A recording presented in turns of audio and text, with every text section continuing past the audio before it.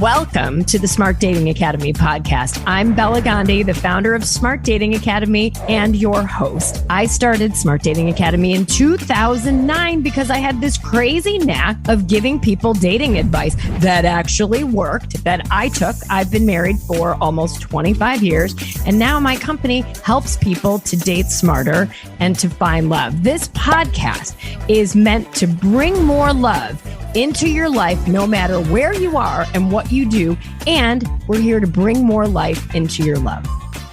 Smart daters, welcome back. I am jumping out of my skin, excited to have the awesome, the one and only JJ Virgin with us today. JJ, welcome to the Smart Dating Academy podcast. I'm so excited. We actually even got this started to be recorded. I mean, can you believe it? You guys, so what that means is we've been chatting for almost 30 minutes, just like, oh my gosh, this is great. You know this person. And so yes, I feel like I just made a new friend and I can't wait to bring you my friend JJ to this podcast. So for those of you who, as I said to her, might be hiding under a rock or just kind of, have been buried in your house and you don't know who she is a freaking rock star, triple board certified nutrition expert, fitness Hall of Famer, launched 3 multi-million-dollar businesses, founded the Mindshare Collaborative, prominent TV and media personality. She shares the stage with Tony Robbins. You all know I love Tony Robbins. Seth Godin, Gary Vaynerchuk. She's the author of 4 New York Times bestsellers. I could go on and on and on. JJ, tell us your story. Where do you want to start, my friend? How did you get into this? I've been obsessed with nutrition and fitness since I was a little kid. I kid you not. Like, I grew up outside of Berkeley, California. That's where it was kind of like the original farm to table. However, my mother was from Illinois. Oh my Total God. Midwesterner. So my mother got me into dance class. I was into acting. I wanted to be a stage, musical theater actress. And my mother would make those casseroles that I blame on the Midwest with, she would put the Durkee onions and the Campbell's soup. And at 12 years old, the can. Oh, horrible stuff. And I was raised on Pop-Tarts. My nickname was Poppy. And at 12 years old, I rebelled. I started going to the library, everything I could find on nutrition, studying. I was counting calories and trying to have I saw my body as the instrument, right? I was dancing and singing, and I started watching every single thing and doing all these calisthenics. What did we have back then? We didn't even have jazzercise yet. So I was studying all of that, and that's when I got into all of this. And honestly, I was teaching dance class growing up. I was teaching calisthenics. I went off to college on a theater scholarship, and I came back one summer, worked at KQED in San Francisco, which was funny because that's where I ended up doing my first PBS show out of. But I went and started teaching at Richard Simmons Anatomy Asylum.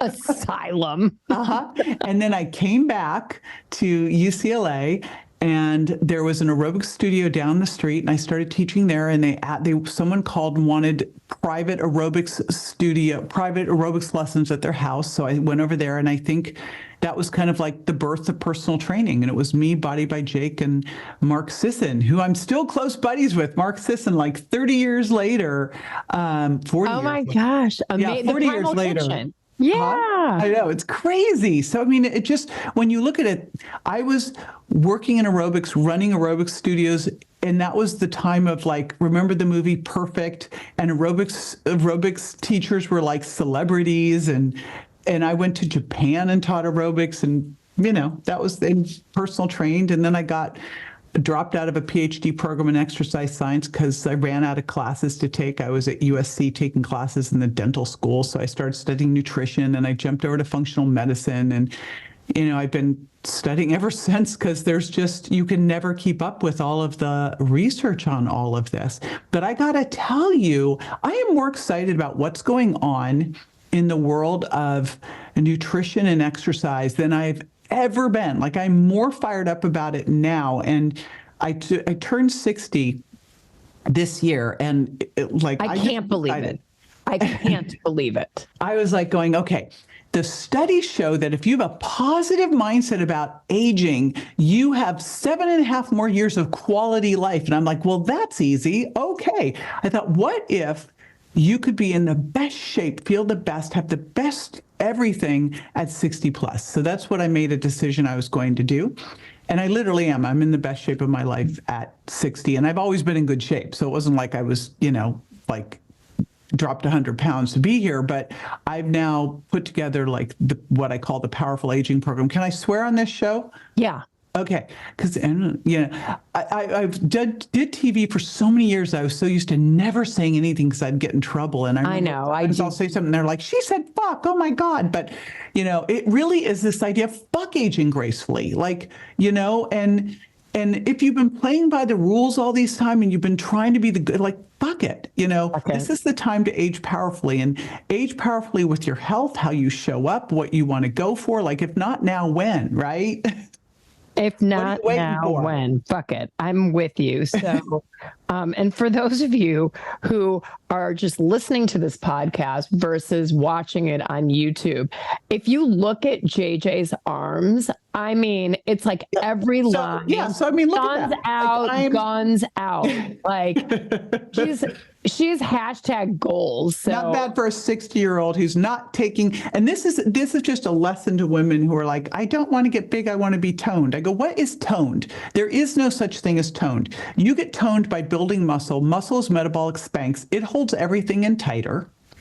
It boosts your metabolism. It's a sponge that gives sugar a place to land that's not on your belly, right? And it's an endocrine organ that's really powerful in making sure that you're great at balancing your hormones. It helps you go weight train. You're going to have better testosterone levels. Like, it's everything. And so if you your whole life have been afraid to lift weights because you're afraid to get big, get over it. Because in 40 years of working with men and women, helping them with their diet and exercise, I have never seen someone get big lifting weights. I've seen someone get big eating ultra-processed foods and sitting on the couch. I love Pop-Tarts. I was raised on Pop-Tarts, but you know what? I don't know if you've tried them as an adult. Not recently. When I was pregnant, I craved them. Strawberry frosted Pop-Tarts was the last trimester of my daughter's pregnancy, and that might explain a lot of her wacko-ness. Jane, I love you if you're listening. Mine was chili cheese anything. But that's a whole other thing. Yeah, chili cheese.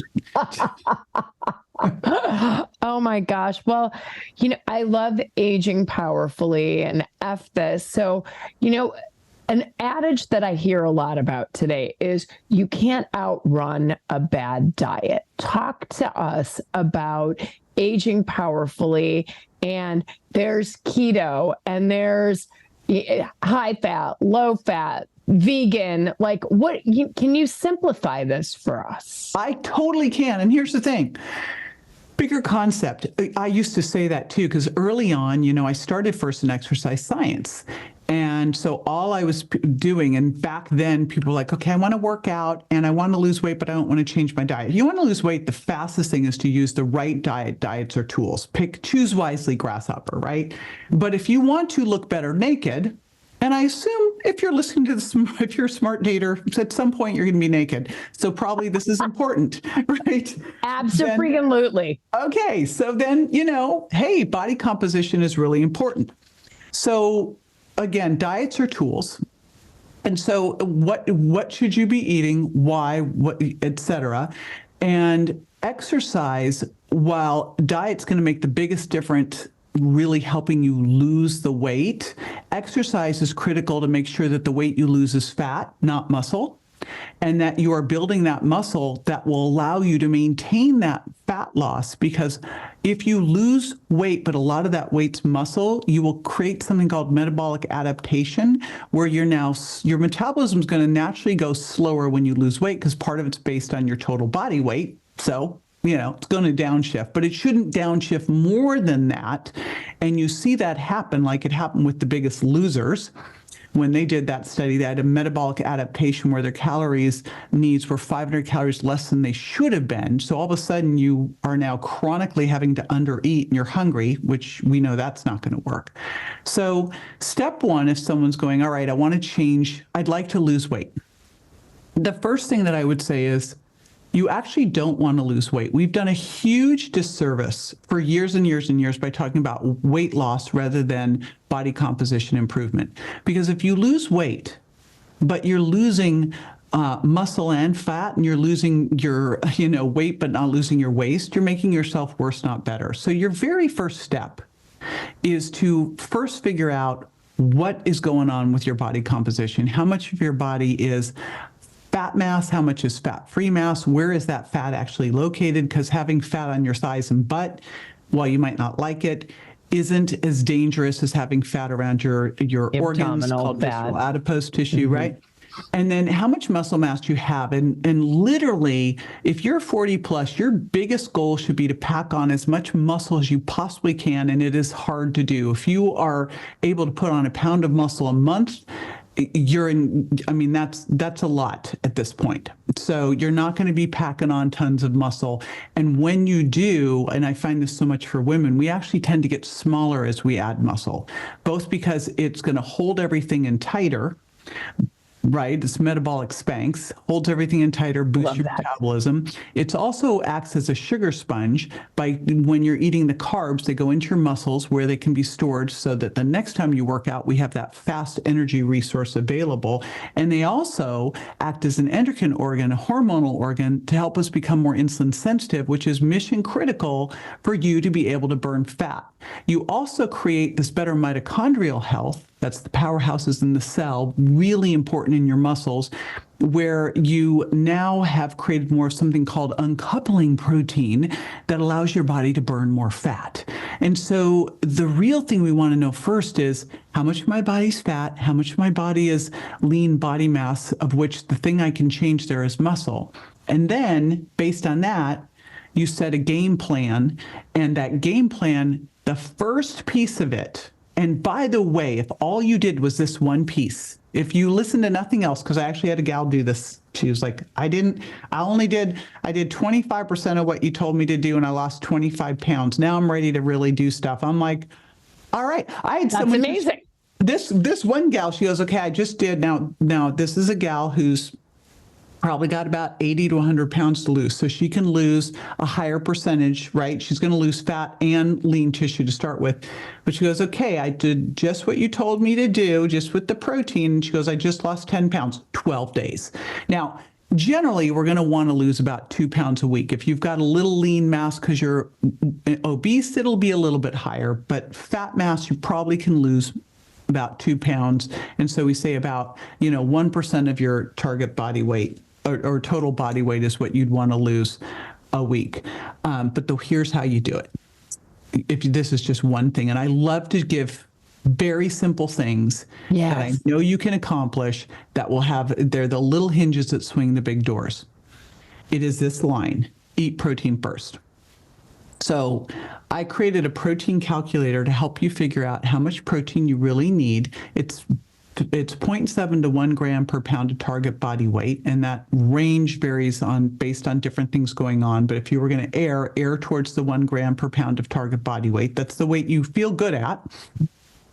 And then you make sure that at each meal, especially your breaking the fast meal and your last meal of the day, that you're getting in at least 30 grams of protein, and I'd say more like 40 to 50 grams, and then you're getting at least 100 grams or more overall. But if you're like, let's say you want to weigh 150 pounds, so, you're getting 50, 50, 50, right, between your 3 meals.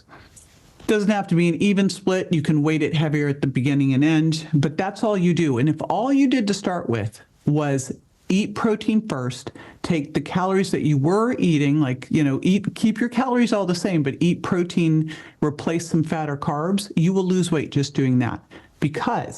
But what will also tend to happen is you'll start to eat less. Protein's the most satiating macronutrient. It also helps with cravings, so it's satiating and satisfying, but it also has a much higher thermic effect, because when we look at our metabolism, we have our metabolism at rest is based on how much muscle we have, our age, our sex, our genetics, our thyroid.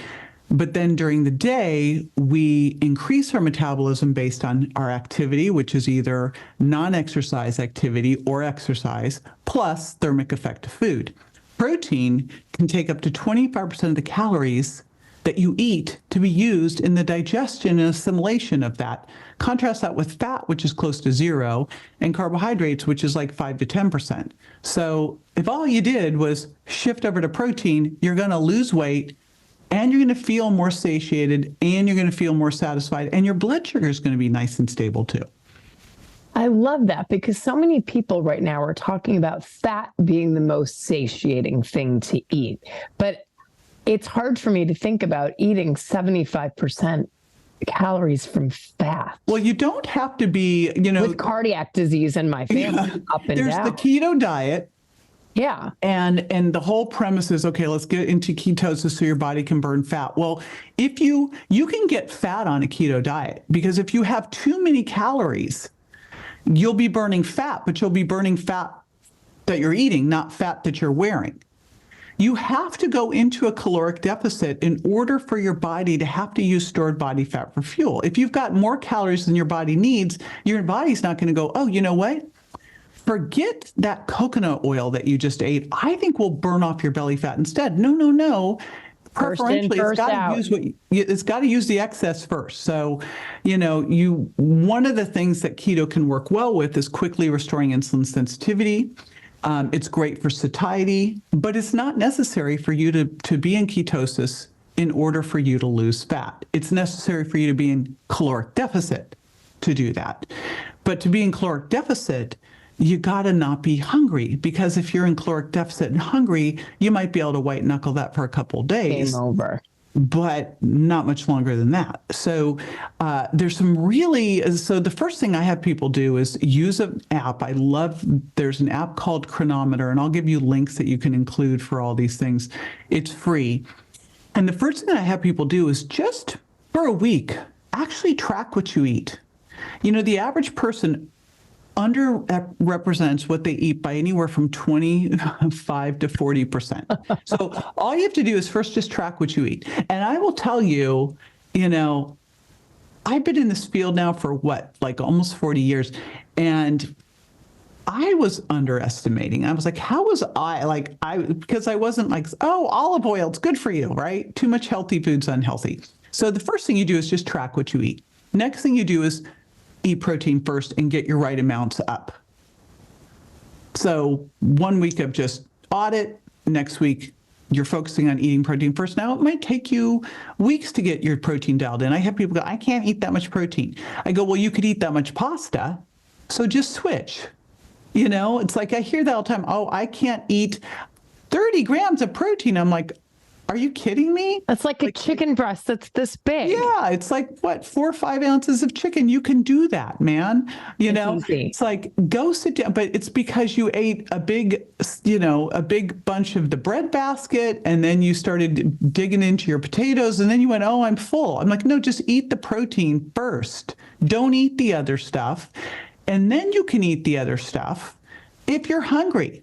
So basically, like what my diet looks like is I eat my protein, I have non-starchy vegetables, I eat a little bit, 2 pieces of fruit a day, usually berries, and then some healthy fats, because most of your protein sources like salmon or wild salmon, grass of beef have some fat in it, and I'll use a little olive oil on veggies, and I watch how much I do because it's easy to be a piggy, right? All of a sudden, it is. We went to Italy last summer. I love you. And, I just done a podcast with Stephen Gundry about polyphenols and olive oil. I'm like, oh, we're going to Italy. And I'm like pouring it on. And, we've sat at one restaurant one night, and I go, we ate the entire bottle of olive oil, like at dinner. A lot. I mean, that's ridiculous, and thousands of calories. Yeah. We don't need that, So when I start to really work on, after we've gotten to that point, I want people doing resistance training. That's another cool thing.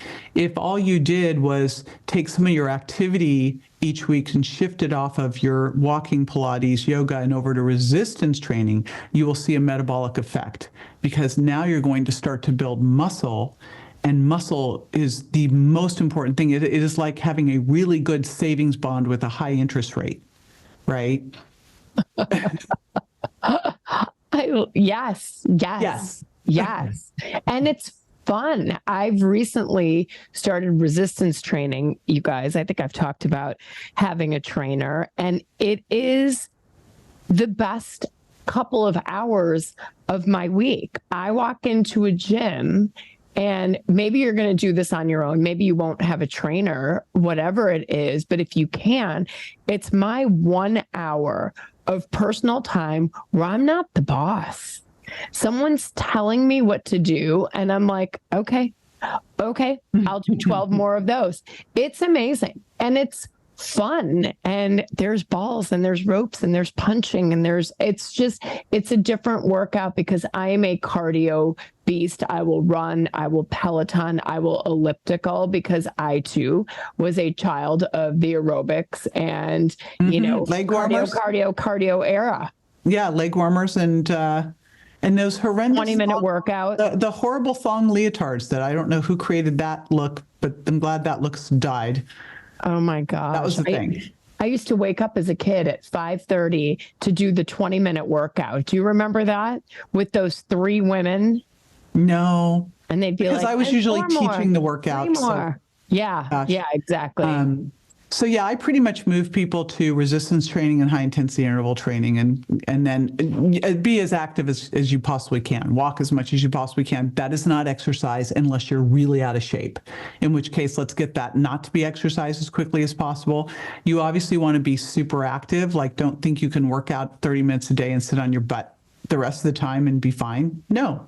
But the big needle movers are going to be resistance training and high intensity interval training. So you do one of those every single day. And it is fun, isn't it? Throwing those weights around. I love the guys that come up at the gym and they want to high five me and they're like, that's a lot of weight for a girl. I'm like, dude, that's a lot of weight. It's just Period. A lot of weight. Period. Hands down. Want to arm wrestle? Do you know who Mike Michalowicz is? I don't. Profit First. Great. Like, amazing guy. So he wrote the book Profit First. You should listen to it on audio. It's hilarious. But I went and spoke at his conference because, accountants totally need to hear about nutrition. And he calls me up, dude, come speak at my conference. I'm like, okay, I love it when guys call me dude. I love that. And so it means you're so cool. It's so I'm up there speaking. He goes, wow, I didn't realize it was going to be a gun show.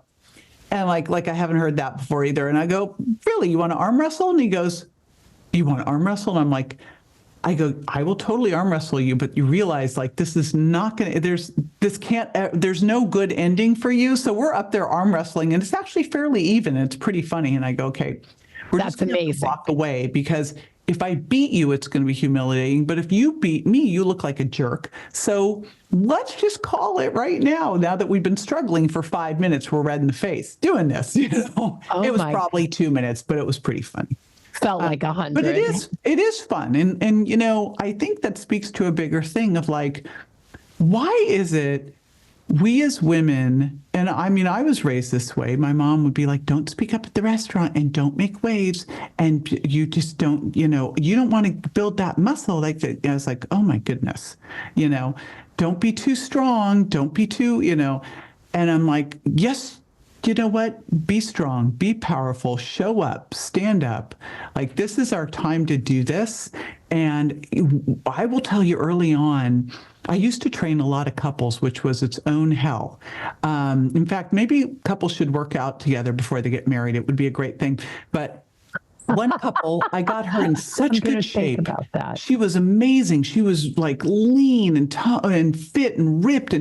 And her husband convinced her she had to quit. He was so threatened. Oh, right? yeah, no. That's not okay. I'll tell you when, I know. I'm so happy now. And when I was online dating, first of all, it was so funny because, the little checkbox of athletic and toned or whatever ridiculous thing. And I go to meet the person. I'm like, I'm sorry, but This is not athletic and toned, dude. Like every guy would say he was athletic and toned, right? And then they'd sit down and they go, oh, I'm going to get in really good shape with you. I'm like, yeah, no, you want to hire me? Because that's a different thing. Like, right, exactly. You did not just get your own nutritionist and trainer on this, but that's so funny. Fun to have. Like my husband is so on board with all of this, and he literally is in the best shape. Like he has never looked like what he looks like right now. He is 59. I go, have you ever looked like this? Like he is ripped. He is like amazing.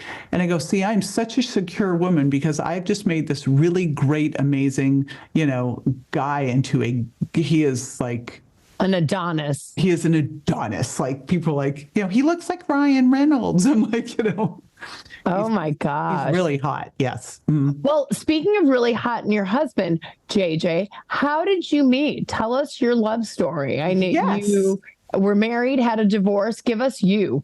I was married once and had a divorce that didn't count because I don't count the first one. It was a mulligan. Young. A do-over. Yes. So then I got really married at 32, had 2 babies, and then got divorced, and then went through just a series of ridiculous, I was on Match, I was on Millionaire Match, I was making really bad choices. And at one point, my girlfriend said, I think we're going to do an intervention. And then I thought, this is ridiculous. I'm successful in business. If I can be successful in business, I need to actually approach this like a business. Like I'm not approaching it like a business, and I'm in marketing. So I thought, this is dumb. Why am I half-assing it over here when this is the most important thing that I could possibly be doing besides being a mom, right? So I completely shifted gears. I actually made a profile that was polarizing. And I thought, you know what? I want to weed out the weak. I want to weed out the people that it's what Marie Forleo calls repellent marketing. I want the people that would not be right. I don't want them. I want the person that goes, why not me? Game on, right? So I write this profile like that. I get super clear on what I want. I did some Alison Armstrong work. I got very clear on what I wanted and what I wanted to give and all that. It was all in there, all down to the color code, what my color code personality was, what my Colby scores were, everything, my love languages, etc. And then I brought in my girlfriend, one of my best girlfriends who runs the Unicorn Club with me. And she, I whittled it down to 3, and she picked Tim.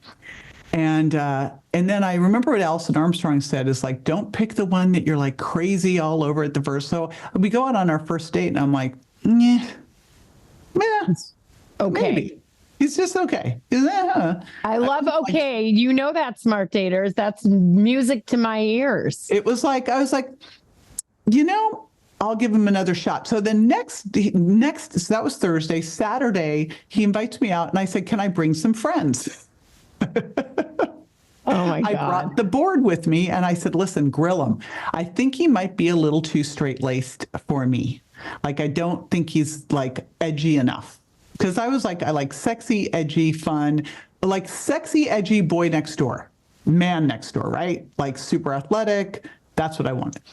And I wanted an entrepreneur, and he was a sales guy. He'd been working in healthcare sales his entire career, but he was very entrepreneurial. But I was still I don't know if he's going to get me.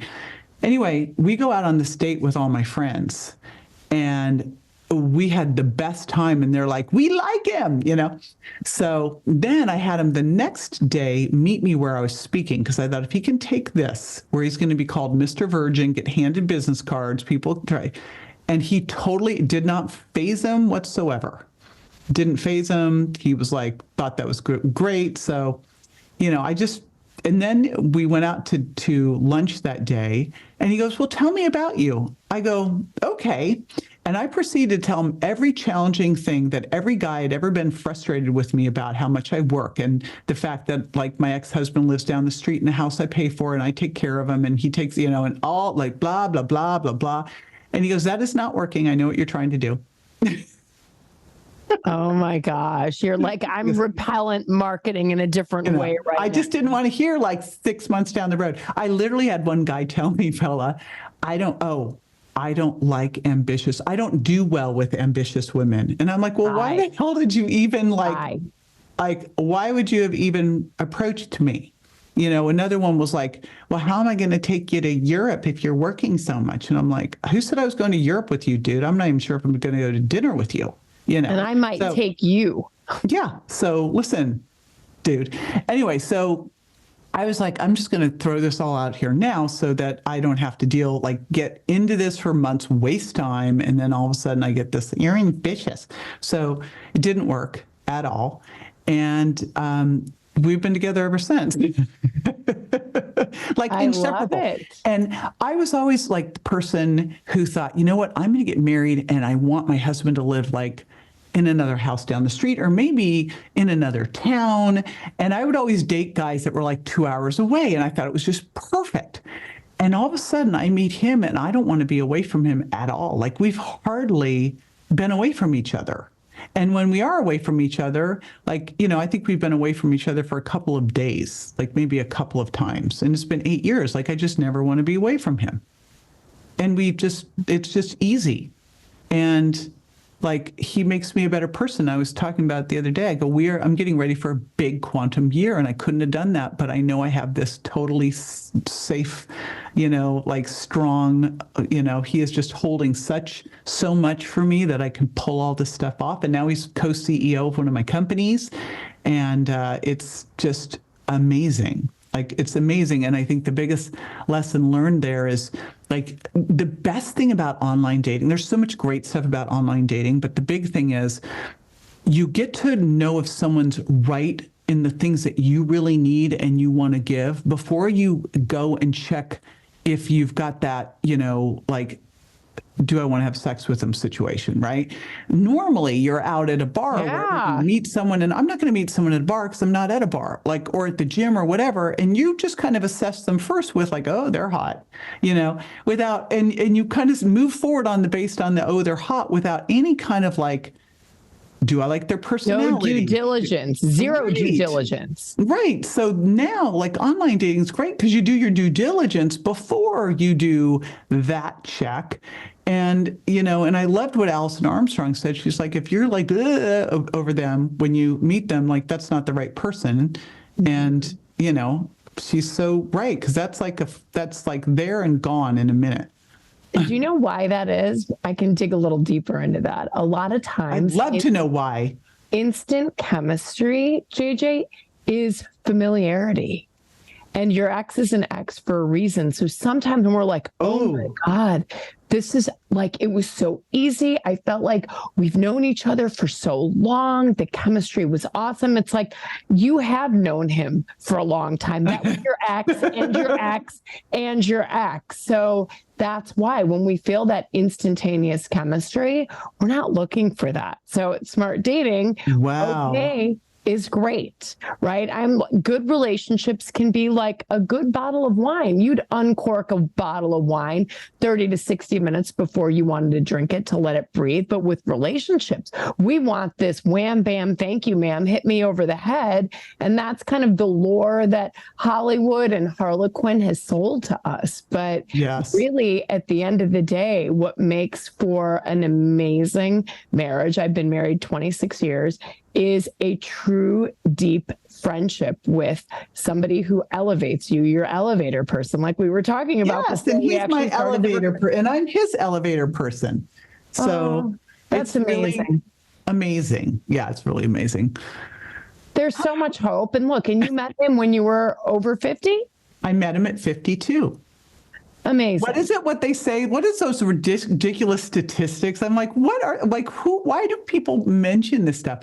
I think that the greatest time to find your soulmate is when you're in your 50s, because the guy's gone through the tunnel. You know what you're getting, right? You know your values, you've got everything's established. You check in, you've chosen your friends. So you see how all that fits together. It's fantastic. It's perfect. It's too bad we can't just somehow fast forward, pick our partner in our 50s and slide back down and start in our, but I mean, what are the chances? You're probably a unicorn in more ways than one, but the chance that I could have found my life partner in my 20s, when I couldn't even pick out my own cat well. I mean, come on, it's like I had trouble picking out, like I couldn't, but seriously, like when people say you're going to have kids when you're 20s, I go, I can't take care of the cat, so a plant, like I've killed plant. the plants. I didn't kill the cat, but the cat's, angry at me, no. I'm hissing all the time. Yeah. It's like, why mad cat.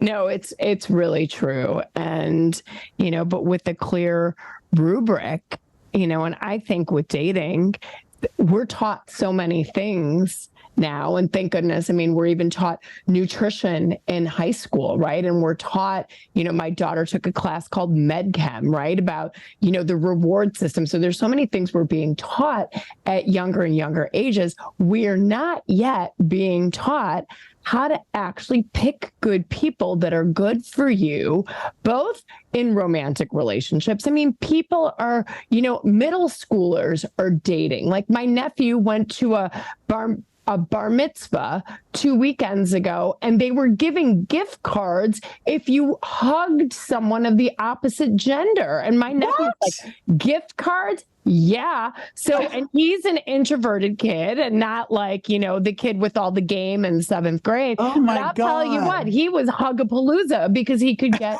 gift cards, right? And so, and I was like, who's teaching these kids how to pick partners? I mean, my kids are 15 and 19, so they've grown up with red flags, green flags, GHQ, the whole system.